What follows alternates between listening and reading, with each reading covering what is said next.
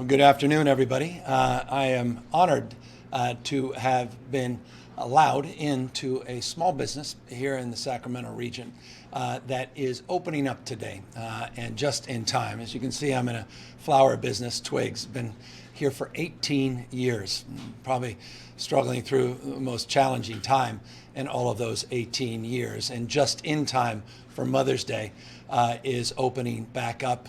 This is a retail establishment like we hope tens of thousands of others all across the state of California that now, based upon the modification to our stay-at-home order, can begin curbside pickup, can begin to bring employees back. This is a business that's been able to bring 8 employees back, start to deliver flowers to families, friends, and loved ones, and notably our mothers in time for Mother's Day this weekend.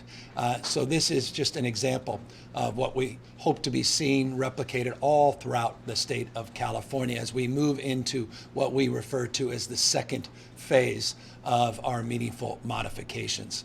We're doing so in the retail frame, as well as manufacturing and logistics, and working with counties all across the state of California, almost 24 that have reached out directly to us just in the last 24 hours since yesterday's announcements to begin the process of engaging and dialoguing about regional variants that allow people to move even more quickly into the latter phases of this new order. And that includes in dining establishments, or rather dine-in establishment. It includes a myriad of other functions, offices, and the like. I think it's important for people to know the whole idea is that we will move through phase 2 together as a state. And while we want to see local variation and we want to see counties work with us to move a little bit quicker, we hope to be making announcements on a consistent basis over the next few weeks, moving everybody into this next phase. I know there's deep anxiety people are feeling and desire to reopen, but again, all of this is based on those 6 indicators and our ability to test, to do appropriate tracing, to train a workforce of tracers, to make sure testing is available, not just total numbers in the aggregate, but available in your community on demand, and make sure that the results of those tests come back in real time. We want to be able to protect the most vulnerable Californians all across this state, our seniors, particularly in congregate facilities, homeless that are vulnerable to the spread of this disease, and to make sure that we have hospital capacity, hospital surge, and the ability in real time to do the kind of community surveillance that will allow us to know where the spread is occurring and how we can mitigate that spread and potentially toggle back and potentially strengthen some of these restrictions if indeed we start to see a transmission of this disease beyond our expectations. So all of this in real time. Lots of moving parts, but the good news is we are starting to move.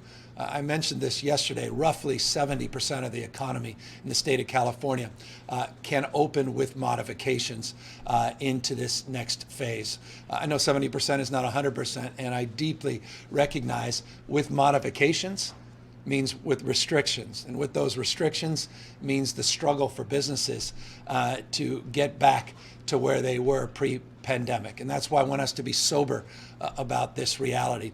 Just because you announced that we have a variation on an opening and people can do curbside pickup and there's a sense that things are moving again, doesn't mean that customers are confident and comfortable yet. Doesn't mean that we are operating with the total number of employees we once were, or the kind of revenue and receipts that businesses were used to. Quite the contrary.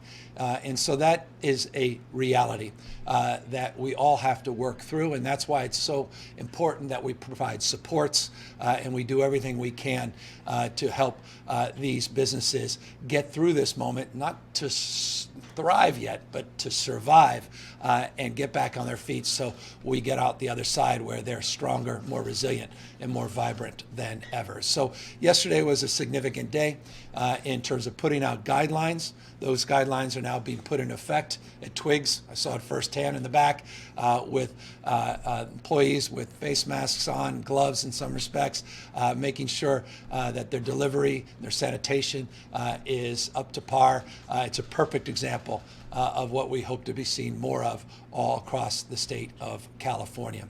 Those variations, as I said, as it relates to counties that want to move a little bit sooner, as I said, we've over 20 plus conversations with those counties, and we'll be putting out subsequent guidelines by sector, by industry next Tuesday, which will allow some more clarification, including checklists.